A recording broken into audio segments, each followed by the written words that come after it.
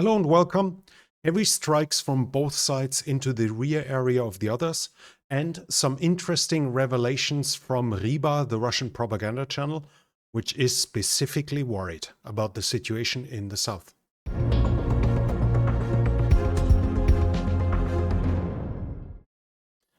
We're starting off with some Ukrainian drone strikes on Moscow. According to Riba, they hit 500 meters away from the Russian Ministry of Defense, and they claim it hit the Khramovnitshevsky barracks. But we have Christo Groshev, who is a Bulgarian open source expert, who says it actually hit a GRU target, so of the Russian military intelligence. Supposedly, the unit there is sanctioned by the US for cyber activity, but it seemed to have hit a vulnerable target. The other drone hit a high-rise that was currently under construction, and according to the Russians, no human losses were occurred, no wounded, no one killed. The Russians themselves also struck, and we have a video here of them hitting the town of Reni in close to Romania. And you should have heard in that video that the clear sound of the engine, like the lawnmower engine as it's usually being called. That was a Shahid drone, and Reni is actually here right on the border to Romania and Moldova. This harbor supposedly, according to the Russians, is not just used to ship grain, but it's also used for military activity, which obviously they use as an excuse for attacks on grain infrastructure as well. So according to the Russians, the Ukrainians use the delta of the Danube River for to launch military drones into the Black Sea.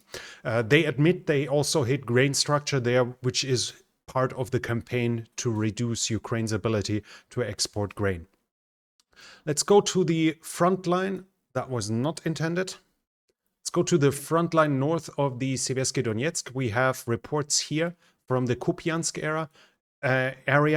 Riba again showing, as you can clearly see on their map, that there is no movement. And according to Riba, there are heavy Ukrainian counterattacks that have been unsuccessful, and they are saying the Ukrainians are preparing for an offensive and massive Ukrainian reinforcements are arriving. If this is true, the Russians are already achieving their likely goal of this offensive, which should be, at least according to my estimate and others that I found, is that to fix Ukrainian troops in place here, it's less to conquer Kupiansk, it's more to force the Ukrainians to send in reinforcements, and at least according to the Russians, this has been successful. We have an interesting part here. This is the bridgehead over the Sherebets River, close to the town of Karmazinivka. And Riba is saying, which is highly interesting, for the past 2 days, reports have been circulating about the advance of Russian troops in the direction of Novoegorovka. This is the Russian transliteration of this town here. Novoihorivka. The interesting part is that they say different channels report varying degrees of success in this area, but so far there has been no confirmation of this. Yesterday in the situational picture, I told you that several Russian channels claim that up to 7 kilometers advances. Others say just 3. Riba is saying maybe it didn't even happen.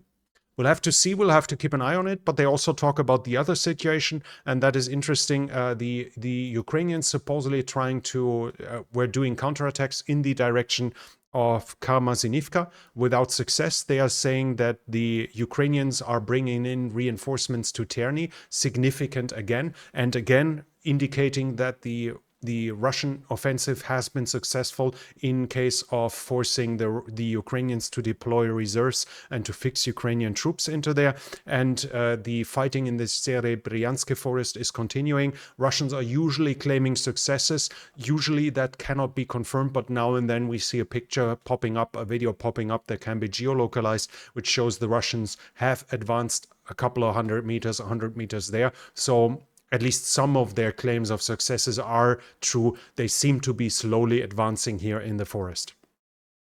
Further south, around Bakhmut, fighting is continuing. There are some claims that the Ukrainians have gained an important strong point here on the ridgeline, which supposedly will seal the fate of Klishchivka. I reported to you in the past that, among others, the pro-Russian propaganda channel Riba was saying that the loss of the heights will likely mean the loss of Klishchivka. At least so far, the Russian armed forces don't seem to think like this. So far, they are still in Klishchivka. The fighting is still continuing. Other than that, fighting is ongoing, but no changes on the ground that I can confirm. The same for Avdiivka. Fighting continuing, no changes on the ground. The same of Marinka, same of Vuleda.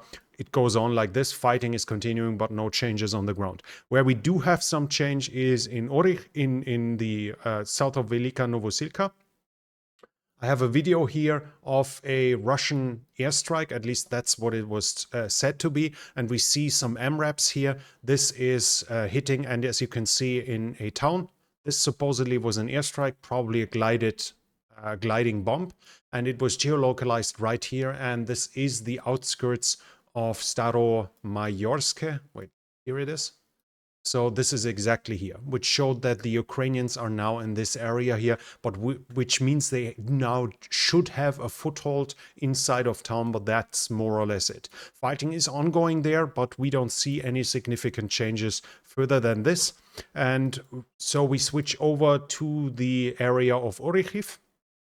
Here we have the Riba saying, showing at this Riba map, we can clearly see that Robotine, according to the pro-Russian map, is basically on the front line now.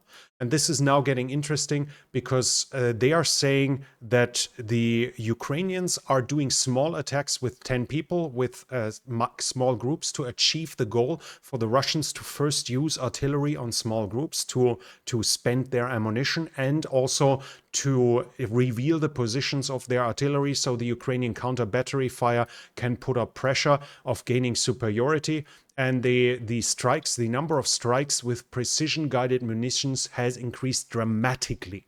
They're also saying the Ukrainians are bringing in additional reinforcements, massive increase of artillery by the Ukrainians. So they're increasingly getting worried, as again, in regards to Major General Popov, who has commented about the situation, that the Russians are in big trouble when it comes to counter battery fire.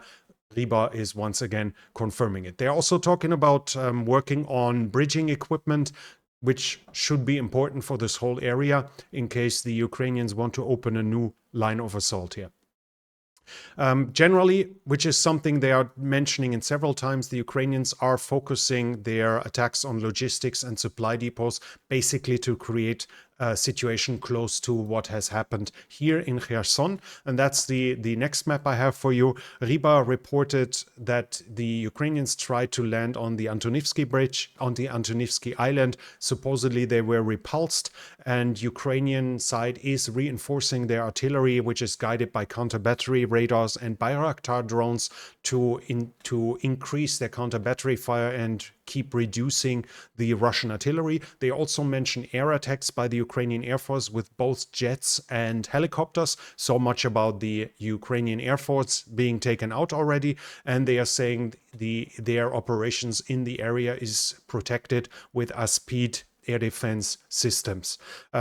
The interesting part is also they claim that here on the Inholets, US special forces are training the Ukrainian troops in river crossing.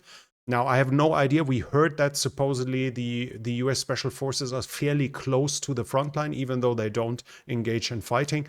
This could be the truth. It could be propaganda, but it shows that the Russians are seriously concerned about a potential Ukrainian river crossing over the Dnipro and over the island, the small rivers that the whole area here, where you always have small rivers still separating the Russian-held territory from the left bank of the Dnipro, that the Ukrainians might actually cross over to open a full new line of assaults in this area.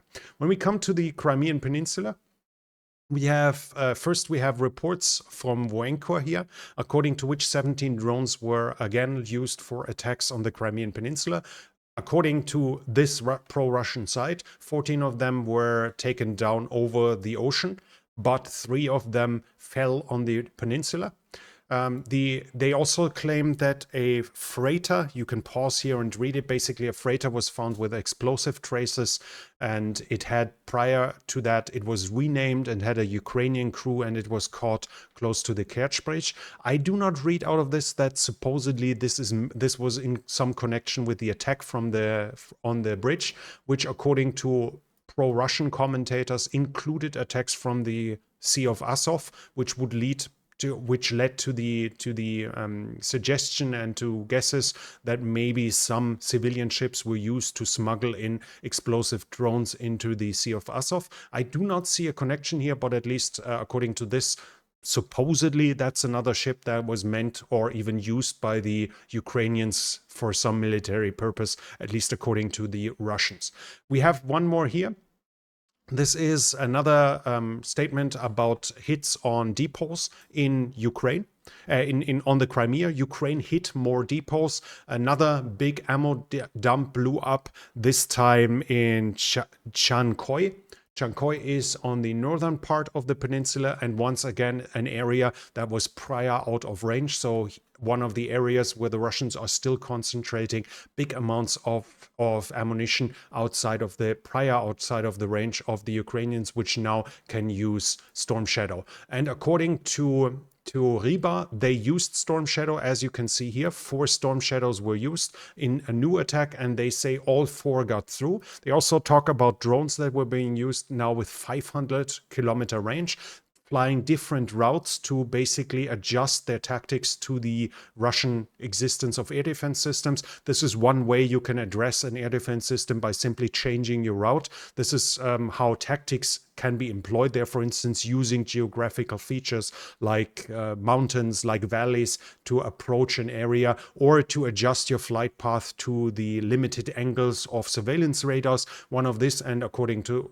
these are measures how air assets can be used even with a massive concentration of air defense systems. And according to Riba, the Ukrainians are doing this for their air defense, for their drone attacks. The interesting part, again, is not just here the mention of Storm Shadows again being used. So far, I have not really seen a Ukrainian confirmation of Storm Shadow attacks, but increasingly it seems likely that the Ukrainian side is using Storm Shadows on the Crimean Peninsula. There are some estimations, some guesses that the British might have said you are not allowed to use them, but the attacks on Odessa made them change their mind. At least that's the internet rumors that are being spread around. Again, I want to emphasize we're talking about rumors here, but the interesting part is the latter part.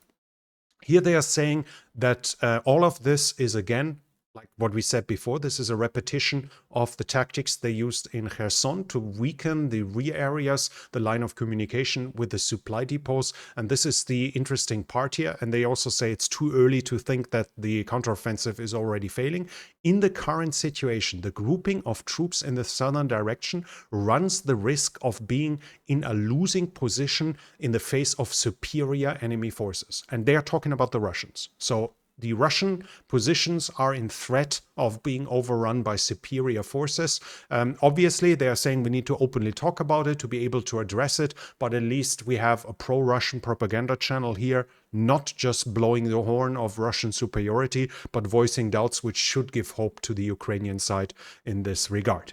That was it from me for now. For this situational picture. If you like this report, please hit the thumbs up button. It really helps with the algorithm. Leave comments when you think the Ukrainians are switching over to bigger attacks on the southern front again, with intentions to break through, and what you think, how far they might be able to break through. This also helps with the algorithm, and if you're new here, I would like to invite you to subscribe to the channel and hit the bell icon so you don't miss future videos. This channel is only possible because of the support from viewers like you. If you like to support the channel, you can do so by the means in the description. Thank you very much to everyone already supporting this channel, and that's it from me for now. Thank you for watching, and I'll be back.